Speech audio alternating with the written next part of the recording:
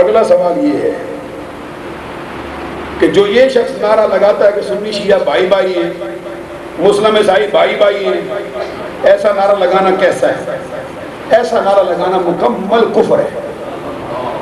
جو عیسائی اور مسلمان کو بھائی بھائی بتائے کتنا بے عقل ہے۔ رب کہتے لا تتخذوا اليہود والنصارى اولیاء، رب کہتا ہے عیسائیوں کو یہودیوں کو اپنا دوست بھی نہ بناؤ۔ پوچھا ہم نے مولا صرف ان کو ہی نہ بنائے؟ رب کہتے یا ایھا الذین آمنوا لا تتخذوا آباءکم واخوانکم اولیاء، اپنے باپ کو بھی دوست نہ بنا، اپنے بھائی کو بھی دوست نہ بنا۔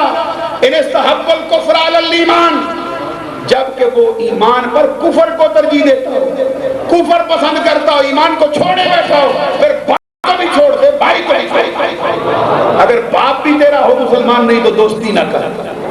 یہ نعرہ جو ہے مکمل کفر ہے۔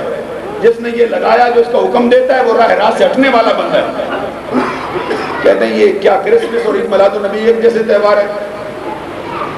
یہ کسی بے عقل کا سوال ہے۔ کرسمس وہ قوم مناتی ہے جنہوں نے اپنے نبی کو سولی چڑھانے کی کوشش کی، اور اپنے طور پر نبی کو سولی چڑھا بھی دیا۔ یہ تو اللہ کی شان ہے نا کہ ان کو اٹھا لیا، سولی چڑھنے نہیں دیا۔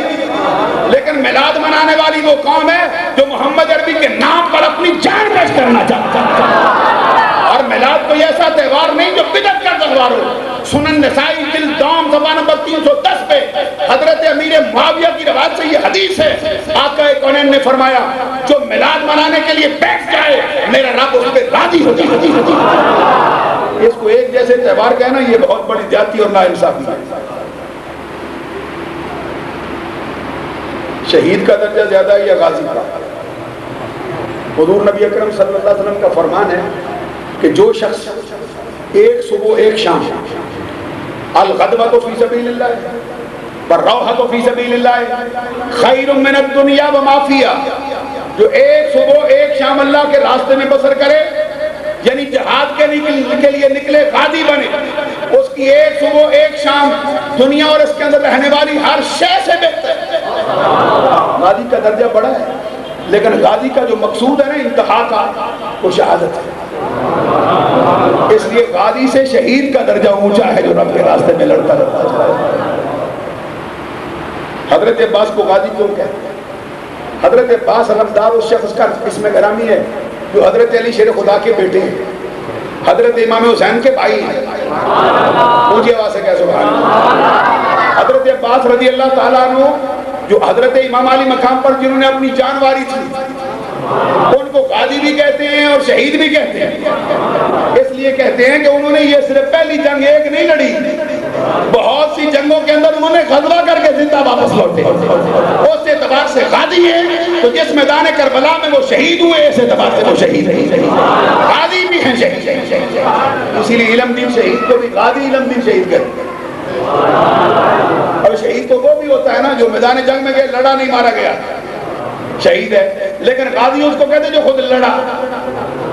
علم دین شہید کا کام یہ ہے پہلے لڑا نہ، جا کے مار دیا اس کو۔ جس نے رنگیلہ رسول لکھی تھی اس کو مار کے غازی بن گیا، تو جب اس کی پاداش میں آپ مرا پھر شہید ہو گیا۔ تو غازی اور شہید جو الگ الگ مرتبے ہیں، دونوں دیے تھے رب نے۔ اور اکثر طور پہ جو شہید ہوتے ہیں میدان جنگ میں، وہ اللہ کے کرم سے وہ غازی بھی ہوتے ہیں اور شہید بھی ہوتے ہیں۔ حضرت نظام الدین اولیاء کے لیے لفظ اولیاء کیوں استعمال کیا جاتا ہے؟ اولیاء آپ کو معلوم ہے کہ لفظ جمع ہے، اس کا واحد ہے لفظ ولی۔ اب ولی جو ہے اس کی نسبت اللہ کی طرف، ولی اللہ یعنی اللہ کا دوست ہے، اللہ کا دوست ہے۔ بعض اوقات ایسا ہوتا ہے کہ کبھی کبھی جمع کا صیغہ کسی کے عزت و احترام کے لیے بھی بولا جاتا ہے۔ بندہ سامنے ایک ہوتا ہے لیکن جمع کا صیغہ بولتے ہیں۔ کبھی ایسا ہوتا ہے کہ سامنے عورت ہوتی ہے، اس کے لیے جمع مذکر حاضر کا صیغہ بول جاتے ہیں۔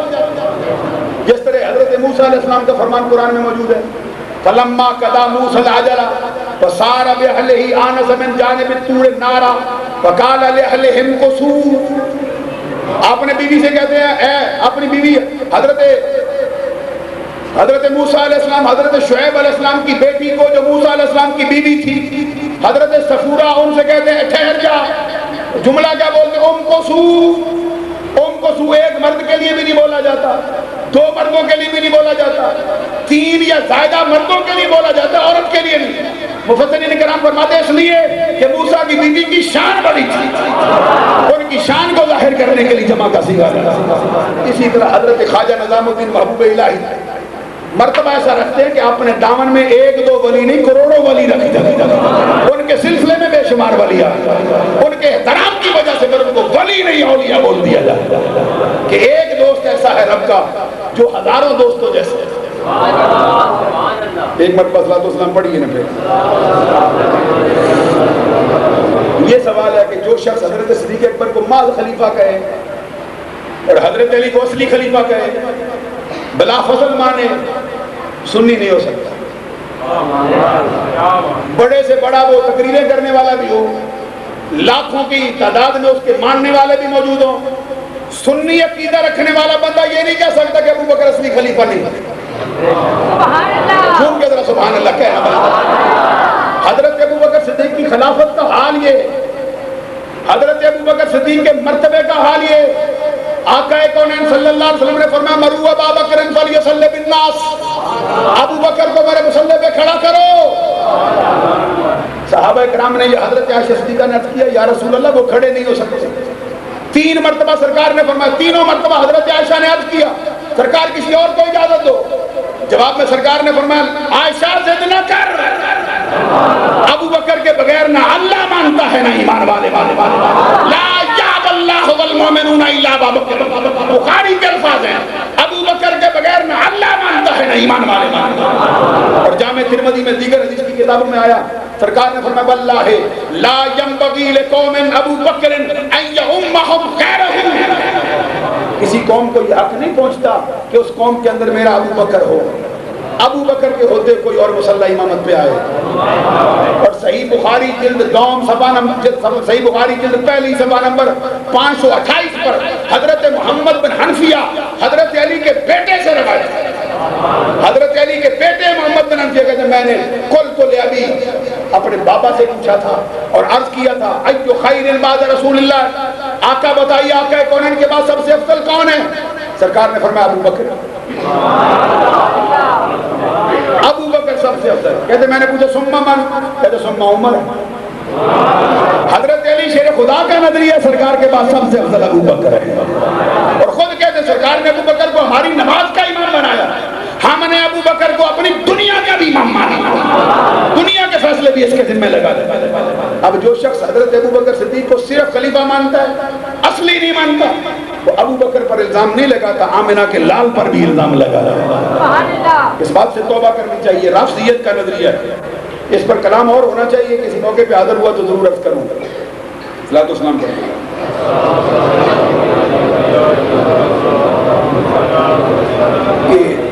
کہتے رسمی کل گجرانوالا کی سرزمین کے ساتھ ایک گاؤں ہے مغل چک، وہاں پہ ایک دیوبندی کے ساتھ میرا مناظرہ ہوا تھا، اس نے بھی یہ بات پیش کی تھی رسم کل ہے۔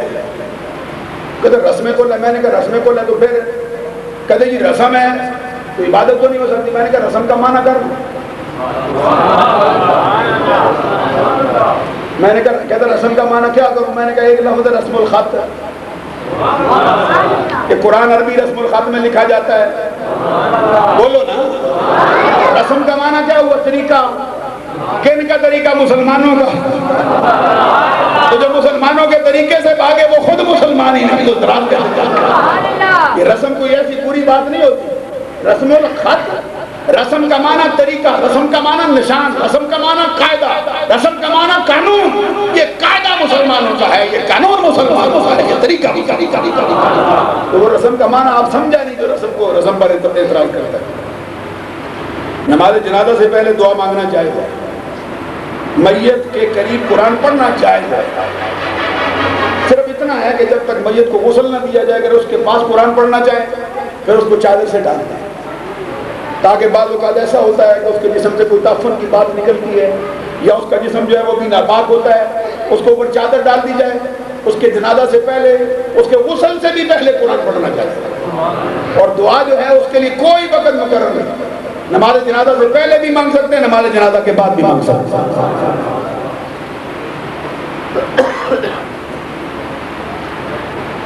جناب ابو طالب کے ایمان کے بارے میں یہ نظریہ لکھا ہے کہ کیا نظریہ ہے؟ حضرت پیر سیال کا نظریہ یہ ہے کہ وہ ایماندار تھا، جن میں پیر کرم شاہ لدری بھی شامل ہے، اور بعض ہمارے علماء نے سے اختلاف بھی کیا، جس میں اعلیٰ حضرت امام محمد رضا ہیں، ان کا یہ نظریہ ہے کہ ابو طالب کا ایمان ثابت نہیں۔ اللہ تبارک و تعالیٰ بہتر جانتا ہے کہ یہ کیا مسئلہ ہے۔ جو ان کو مانتے ہیں ان کے ماننے والے، جو ان کو مانتے ہیں ان کے ماننے والے۔ اعلیٰ حضرت کا نظریہ یہ ہے کہ ان کا ایمان ثابت ہے، پیر سیال کا نظریہ یہ ہے کہ ان کا ایمان ثابت ہے۔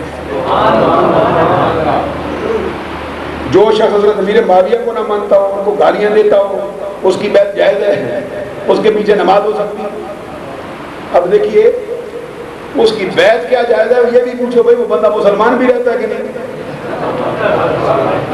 جو حضرت امیر معاویہ رضی اللہ تعالیٰ عنہ کو گالیاں دے، اس کے بارے میں قاضی ایاز مالکی سے لے کر اعلیٰ حضرت تک تمام اہل سنت کے علماء کا فتویٰ ہے کہ جو حضرت امیر معاویہ کو پورا بلا کہے، ان کے بارے میں غلط خیال دل میں لائے، وہ کلب من کلاب الحاویہ، وہ جہنمی کتوں میں سے ایک کتا ہے۔ حضرت امیر معاویہ کو گالیاں بکنے والا جہنمی کتوں میں سے کتا ہے۔ اہل سنت کا فتویٰ ہے، پیر کیسے بن سکتا ہے؟ وہ تو مرید کہلانے کے بھی لائق نہیں رہتا، وہ تو انسانیت کے دامن سے خارج ہو جاتا ہے جو نبی کے صحابہ کو گالیاں دے۔ اور نبی اکرم صلی اللہ علیہ وسلم نے آپ کہا ہے اذا رأیتم الذین یسبون اصحابی، جب تم دیکھو کہ لوگ حضرت امیر معاویہ کو یا میرے صحابہ کو گالیاں دیتے ہیں، فرماتے خاموش ہو کے وہاں سے گزر نہ جا، وہاں پہ گردن نہ جھکا، چشم پوشی نہ کر، کیا کر؟ حضور فرماتے پھر بول فقولوا لعنت اللہ علی شر، تیرے شر پہ اللہ کی لعنت، تیرے شر پہ اللہ کی لعنت۔ یہ نبی اکرم کا اپنا حکم ہے، حدیث میں موجود ہے۔ بیعت اس کی جائز ہوگی جو سچا سنی ہو، جو سنیت کے دامن سے ایک بال برابر بھی آگے پیچھے ہٹ جائے اس کی بیعت جائز نہیں۔ ایک دفعہ صلاۃ و سلام پڑھیں گے۔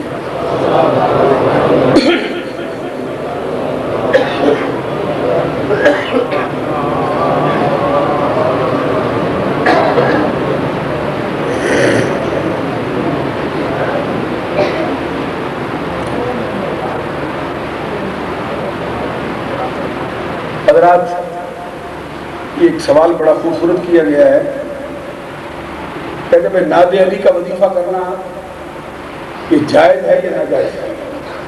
ناد علی یمد ہر العجائب تجد ہوا لک فی النوائب کل ہم و غم سینجلی نبوت کا یا رسول اللہ یا رسول اللہ یا رسول اللہ ولایت کا یا علی یا علی یا علی، اس کے ساتھ ملتے جلتے الفاظ، ایک ہے ناد علی کبیر ہے، ایک ناد علی صغیر ہے، جس میں اللہ کا بھی نام استعمال ہوتا ہے۔ پورے الفاظ میرے مستحضر نہیں، جتنے ٹوٹے پھوٹے آئے میں نے پڑھ دیے، یہ اہل سنت کے وظائف میں سے ہے۔ اس کا پڑھنا جائز ہے، نہ صرف جائز ہے بندے کے لیے، دونوں جہانوں کے لیے بہتری کا سبب ہے۔ حضرت شاہ ولی اللہ محدث دہلوی کے جو وظائف کی کتاب ہے اس کے اندر یہ وظیفہ لکھا ہوا، اعلیٰ حضرت امام احمد رضا کے وظائف میں یہ لکھا ہوا، تو یہ کرنا جائز ہے۔ اہل تشیع کا خاص وظیفہ یہ نہیں ہے، اہل سنت سے اس کا تعلق ہے، کیونکہ اہل سنت اس کو پڑھتے ہیں، اس میں کوئی قباحت کی بات نہیں۔ اگلا سوال کہتے ہیں بیعت کرنا کیوں ضروری ہے؟ اب ایک بندہ کہتا ہے بھائی سکول جانا ضروری ہے، تو اب کیا کہیں گے؟ بھائی جو پڑھنا چاہتا ہے اس کے لیے سکول جانا ضروری ہے، جو ان پڑھ رہنا چاہتا ہے وہ سکول نہ جائے۔ اور نہیں فرمایا، جو پڑھنا چاہتا ہے وہ تو سکول جائے گا، جو ڈاکٹر بننا چاہتا ہے وہ سکول جائے گا، جو ماسٹر بننا چاہتا ہے سکول جائے گا، تو جو گھر میں بیٹھ کے بیکار بیٹھنا چاہے گھر میں بیٹھا رہے۔ اسی طرح جو بندہ اللہ کے ولیوں کے گروہ میں ملنا چاہے، جو اللہ کے برگزیدہ بندوں کی جماعت میں داخل ہونا چاہے، اس کے لیے بیعت ہونا ضروری ہے۔ تو جو الگ رہنا چاہے تنہا تنہا جو چاہے اس کو اٹھا کے لے جائے، اس کی مرضی ہے، بیعت ہو نہ ہو۔ بغیر مرشد مومن کیسا ہے؟ مومن جو ہے نا اس کے لیے بیعت ہونے میں بلائی ہے۔ اگر بیعت ہونے میں بلائی نہ ہوتی تو حضرت علی شیر خدا سے لے کر خواجہ معین الدین چشتی اجمیری تک، حضور غوث اعظم عبد القادر جیلانی تک، داتا علی حجویری تک، جتنے بزرگ گزرے سارے کسی نہ کسی کے بیعت ہیں۔ اگر اس میں بلائی نہ ہوتی مومن کے لیے تو یہ ہستیاں کبھی بیعت کا راستہ نہ اپنا، اور بیعت کا معنی یہ عہد و پیمان کرنا۔ عہد و پیمان کا مطلب یہ کہ بڑی جماعت کے ساتھ مل گیا بندہ اور کہتا ہے جو اس جماعت کا نظریہ وہ میرا ہے، جو ان کی پابندیاں میں اس پہ عمل کروں گا، جس راستے پہ یہ چلیں گے اس راستے پہ میں چلوں۔ ید اللہ علی الجماع، جماعت پہ اللہ کا ہاتھ ہے، یعنی اللہ کی مہربانیاں ہوتی ہیں جماعت میں، بندہ مسلمان کو ٹولنے کے ساتھ لگا رہا ہے۔ حضور نبی اکرم صلی اللہ علیہ وسلم کا فرمان ہے جب 3 بندے سفر پہ جائیں ان کے لیے ضروری ہے ایک بندے کو اپنا امیر بنائیں۔ یہ دنیا اتنا بڑا لمبا سفر ہے، کٹھن راستہ ہے، اس لیے مرشد کو امیر بنا تاکہ بچا رہے، اس کے دامن میں پناہ لیتا ہے۔ آگے بیعت کتنی قسم ہے؟ اعلیٰ حضرت امام محمد رضا رحمۃ اللہ علیہ نے جو بیعت کے موضوع پہ کتاب لکھی ہے نا، اس کا نام ہے البیعۃ والخلافہ۔ اس کے اندر آپ نے فرمایا 2 قسم کی بیعت ہے بنیادی طور پر، ایک کو بیعت عام کہتے ہیں، ایک کو بیعت خاص کہتے ہیں۔ بیعت خاص وہ ہے جو حضرت شاہ صاحب کے ہاتھ پہ آپ نے کی، حضرت پیر کرس والی سرکار کے ہاتھ پہ بیعت کی، آپ نے کسی اور بزرگ کے ہاتھ پر بیعت کی، اس کو کہتے ہیں بیعت خاص۔ تو بیعت عام یہ ہے، اس کے بارے میں اعلیٰ حضرت امام محمد رضا کہتے ہیں تو جو صحیح العقیدہ سنی ہو نا، اگر وہ بیعت کسی جگہ پہ نہ بھی ہوا ہو تو پھر آمنہ کے لال سے اس کو بیعت حاصل رہے گی۔ یہ بیعت عام ہے، بنیادی طور پر 2 قسمیں۔ تو آگے بیعت خاص کی پھر 2 قسمیں، ایک ہے بیعت ارادت، ایک ہے بیعت ارادت اور دوسری ہے بیعت برکت۔ بیعت ارادت یہ ہے جس طرح اپنے پیر و مرشد کے دروازے میں بتا گیا بیعت ہو، اس کے بعد اگر کسی اور شخص کی ذات اچھی لگ جائے، اس سے کوئی بندہ فیض اٹھانا چاہے، اس کی طرف رجوع کرنے کے لیے بیعت کرے تو پھر اس کو کہتے ہیں بیعت برکت۔ بیعت برکت کرنا جو ہے ایک پیر کے بعد دوسرے کے ہاتھ پہ تیسرے کے ہاتھ پہ کرنا چاہیے، لیکن بیعت ارادت اس کے بارے میں صوفیہ کا نظریہ، علماء اہل سنت کا نظریہ یہ ہے کہ جو بلا وجہ عذر شرعی بیعت ارادت توڑ کے کسی دوسرے پیر کا بیعت ہوتا ہے وہ بندہ مردود ہے، مردود فی طریقہ ہے، اس کو فیض زندگی بھر نہیں مل سکتا۔ آگے مرشد کی پہچان کیا ہے؟ یہ سوال تو پورے خطاب کا عنوان ہے کہ مرشد کی پہچان کیا ہونی چاہیے۔ اعلیٰ حضرت امام محمد رضا رحمۃ اللہ علیہ نے اس کی جو ظاہری شرطیں لکھی ہیں اس میں یہ فرمایا، اس کی پہلی شرط یہ ہے کہ وہ سچا سنی مسلمان، دوسری شرط یہ لکھی ہے کہ وہ فاسق مولن نہ ہو۔ فاسق مولن کا مطلب یہ ہے کہ اعلانیہ گناہ نہ کرتا، دل کا حال اللہ جانتا ہے، اس کے ظاہری حالت کو دیکھ کے بندے کو پتا چلے کہ اللہ کا بندہ ہے۔ حدیث میں فرمایا گیا کہ اللہ کے بندے کو اذا رؤوا ذکر اللہ، جب ان کا چہرہ دیکھو تو خدا کی یاد آ جائے۔ یہ اس کی دوسری پہچان ہے۔ تیسری کے بارے میں فرمایا کہ مرشد کے لیے یہ ضروری ہے کہ اس کا سلسلہ کڑی بکڑی آقا کونین صلی اللہ علیہ وسلم کی ذات تک پہنچتا اور کسی صاحب سجادہ بندے سے اس کو خلافت باقاعدہ طور پہ ملی۔ ظاہری طور پر اس کی یہ 4 علامتیں ہیں۔ تو خاص پہچان جو مرشد کی ہے وہ کوئی اللہ والا ہی بتا سکتا ہے، جیسے شاہ صاحب۔ بد عقیدہ بندے کے پیچھے نماز پڑھنا کیسا ہے؟ بالکل جائز ہے۔ بد عقیدہ بندے کے پیچھے نماز پڑھنا جائز نہیں، اس کے ساتھ مل کر نماز پڑھنا جائز نہیں، اس کے اوپر نماز پڑھنا جائز نہیں۔ یہ ساری چیزوں سے بچ جانا چاہیے۔ اولیاء کرام کے مزارات پر منت ماننا یہ اہل سنت کا قاعدہ ہے۔ اہل سنت کے ہاں یہ بات جائز ہے کہ اللہ تبارک و تعالیٰ کے برگزیدہ بندوں کے مزارات پر جو درویش رہتے ہیں، جو مسافر گزرتے ہیں، میں اللہ تبارک و تعالیٰ کی بارگاہ میں یہ منت مانتا ہوں اگر میرا یہ فلاں کام ہو گیا تو میں اس خانقاہ پر، اس قبر مبارک پر، اس مزار اقدس پر جو درویش رہتے ہیں ان کو کھانا کھلا دوں گا۔ یا یوں کہتا ہے کہ میں بکرا ذبح کروں گا اللہ کے لیے، اصال ثواب کروں گا اس بزرگ کے لیے، تو اس طرح کی منت ماننا ہے سنت کے قاعدے کے مطابق جائز ہے۔ کہتے قرآن کیا ہے؟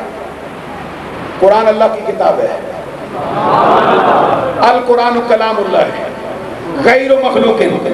قرآن اللہ کا کلام ہے، مخلوق نہیں، اللہ کی صفت ہے۔ یہ اہل سنت کا نظریہ ہے۔ اور قرآن وہ کتاب ہے جو اللہ کی طرف سے آقا کونین کے سینے پہ نازل کیا گیا، مصحف کے اندر موجود ہے، اور صحابہ کرام سے لے کر آج تک من و عن جس طرح اترا تھا اسی طرح اہل سنت کے ہاتھوں میں موجود ہے۔ لا یاتیہ الباطل من بین یدیہ ولا من خلفہ تنزیل من حکیم حمید۔ باطل نہ اس کے آگے سے اس پر حملہ آور ہو سکتا ہے، نہ اس کے پیچھے سے حملہ آور ہو سکتا ہے۔ کیا مطلب ہے؟ اس کے اندر زبر زیر پیش کی کمی بیشی نہیں ہو سکتی۔ اللہ نے اس کو نازل کیا ہے، اللہ ہی اس کی حفاظت کرنے والا ہے۔ یہ ایک ضابطہ حیات ہے جو اہل ایمان کے لیے اللہ تبارک و تعالیٰ نے قاعدے کے طور پہ نازل کیا ہے۔ اگلا سوال یہ سائنس کے اعتبار سے معراج کا واقعہ سمجھ میں نہیں آتا۔ اب اگر اعتراض لکھا ہوتا کہ سائنس فلاں یہ بات کہتی ہے تو پھر اس کا جواب بھی دیتے۔ باقی رہ گئی یہ بات کہ بندے کی عقل میں آئے یا نہ آئے، وہ رب جو لے جانے والا ہے مصطفیٰ کو، وہ کہتے تیری عقل چھوٹی ہے، میرا لے جانا بڑا ہے محمد۔ حدیث میں اس پہ روشنی ڈالتی ہے، قرآن مجید بھی اس پہ روشنی ڈالتا ہے۔ صرف روشنی نہیں ڈالتا بلکہ دعویٰ کرتا ہے۔ اگر اعتراض سامنے آتا تو جواب بھی دیتے۔ کہتے اس وقت رات کی گھڑیاں رک گئی تھی۔ بعض علماء کا یہ خیال ہے کہ رات اپنے دامن میں اسی طرح روک دی گئی تھی، کیونکہ نبی اکرم صلی اللہ علیہ وسلم کائنات کی جان ہے، جان نکال دی گئی تھی ادھر، تو جو چیز وہاں جہاں تھی وہاں ہی ٹھہر گئی، وہاں ٹھہری، مصطفیٰ واپس لوٹے، پھر چل پڑی تھی اسی جگہ سے۔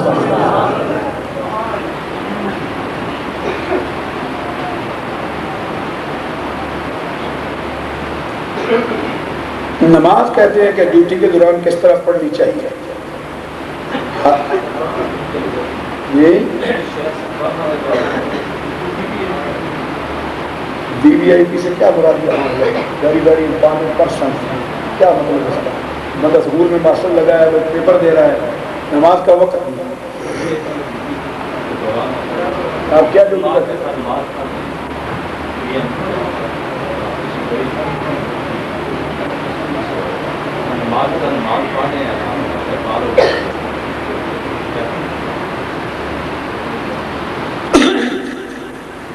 یہ ہے نا نماز کے اندر بندہ کھڑا ہو تو اگر فرض نماز ہے، ماں بھی آواز دے تو نہیں جا سکتا، باپ بھی آواز دے تو نہیں جا سکتا۔ حدیث میں فرمایا کہ لا طاعۃ للمخلوق فی معصیۃ الخالق، اللہ تبارک و تعالیٰ کی نافرمانی میں مخلوق کی اطاعت جائز نہیں۔ تو جب نماز میں کھڑا ہو گیا تو اب توڑنا جائز نہیں، مکمل کر کے پھر جائے۔ البتہ اس بات کا خیال رکھیں کہ ڈیوٹی اس کی کس طرح کی ہے، جتنی اس کی امپارٹنٹ ڈیوٹی ہے اس کا خیال رکھیں اور حساب و کتاب لگا کے پھر نماز میں کھڑا۔ اگر نماز میں بھی کھڑا نہیں ہوا ہے تو سنتری کی حیثیت رکھتا ہے تو پھر اس کے لیے نماز کی جماعت کو چھوڑنا جائز ہے، جماعت کو چھوڑنا اس کے لیے جائز ہے، کیونکہ سنتری کی حیثیت سے کھڑا ہے یا اس کی ڈیوٹی اتنے اہم مرتبے پر لگ گئی ہے، اگر وہ وہاں سے جاتا ہے تو مسلمانوں کا مال ہے لٹ جائے گا، مسلمانوں کی کوئی چیز فنا ہو جائے گی۔ تو بعض چیزیں ایسی بھی ہیں جن کے لیے نماز توڑنا بھی جائے۔ مثال کے طور پہ کنواں ہے، کنویں کے اندر ایک اندھا بندہ گرنے کا اندیشہ آ گیا، آپ نماز نیت کے کھڑے پڑے، اندھا بندہ اگر کوئی بتانے والا بھی نہیں تو آپ کے لیے اجازت ہے کہ آپ نماز توڑ دیں، نماز توڑ کے اس مرنے والے کو بچا لیں۔ اگر اس طرح کی کوئی اہم ترین ڈیوٹی ہو جائے تو پھر نماز کا توڑنا بھی جائز ہوتا ہے۔ اللہ تعالیٰ عمل کی توفیق عطا فرمائے۔ بآخر دعوانا اللہ کے ساتھ جو رضی اللہ تعالیٰ عنہ کو لکھا جاتا ہے، یہ جو سوال ہے رضی اللہ تعالیٰ عنہ کا کہ اولیاء کرام کے ساتھ لگانا جائز ہے، جس طرح ہم کہتے ہیں غوث اعظم رضی اللہ تعالیٰ عنہ، جس طرح ہم کہتے ہیں خواجہ معین الدین چشتی اجمیری رضی اللہ تعالیٰ عنہ، جس طرح ہم کہتے ہیں داتا گنج بخش حضیری رضی اللہ تعالیٰ عنہ۔ اب یہ قرآن مجید نے جو فرمایا ان الذین آمنوا وعملوا الصالحات اولئک هم خیر البریہ رضی اللہ عنہ ورضوا عنہ، وہ لوگ جو ایمان لائے، نیک اعمال کیے، بہترین مخلوق ہیں، اللہ ان سے راضی ہے، وہ اللہ سے راضی ہے۔ قرآن پاک میں فرمایا والسابقون الاولون من المہاجرین والانصار والذین اتبعوهم بإحسان رضی اللہ عنہم ورضوا عنہ۔ دین میں سبقت، اسلام میں سبقت لے جانے والے مہاجرین، انصار، نیکی کے راستے میں ان کی پیروی کرنے والے جتنے لوگ ہیں، اللہ ان سے راضی، وہ اللہ سے راضی۔ لیکن اس بندے کے لیے بولنا جائز نہیں کہ جس کو آپ رضی اللہ تعالیٰ عنہ کہے تو زمانہ سمجھے شاید صحابی ہے۔ یہ تھوڑا سا خیال اس میں رکھنا چاہیے کہ بندوں کو معلوم ہو، مثلا غوث اعظم کے بارے میں سارا زمانہ جانتا ہے کہ صحابی نہیں، خواجہ اجمیر کے بارے میں سارا زمانہ جانتا ہے صحابی نہیں، داتا علی اجمیری کے بارے میں سارا زمانہ جانتا ہے صحابی نہیں۔ مانوی اعتبار سے بولنا جائز ہے، لیکن کسی ایسی چھپی ہوئی ہستی کے بارے میں یہ جملہ بولنا کہ جس سے کسی کو اشتباہ پڑے کہ یہ شاید صحابی ہو، اس سے بچنا چاہیے۔ اللہ تعالیٰ عمل کی توفیق۔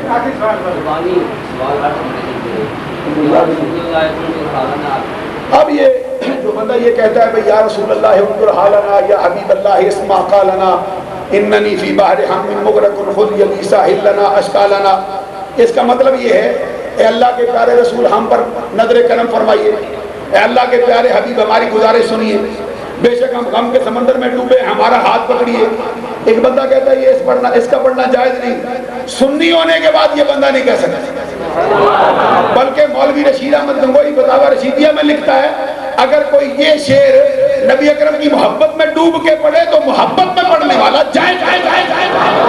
ہم کہتے ہیں سنی تو کبھی دشمنی سے پڑھتا ہی نہیں، وہ ہمیشہ محبت سے ہی پڑھتا رہتا ہے، یہ جائز۔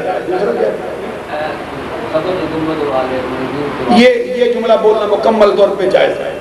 حضور نبی اکرم صلی اللہ علیہ وسلم کی بارگاہ میں درخواست کرنا کہ آقا آپ ہماری سفارش رب کے دروازے پہ کر دیں، ہم آپ کی بارگاہ میں حاضر ہوں، آپ ہم پہ مہربانی کر دیں، یہ سارے جملے جائز ہیں۔ اس کا معنی جو ہے اہل سنت کے ہاں مکمل طور پہ متعین ہو چکا ہے۔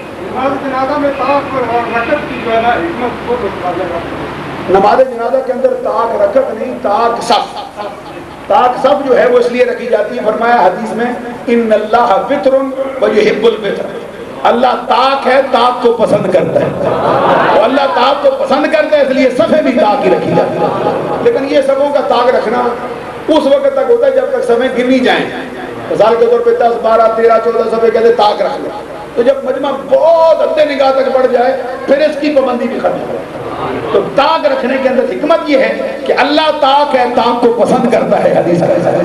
اللہ تعالیٰ عمل کی توفیق عطا فرمائے۔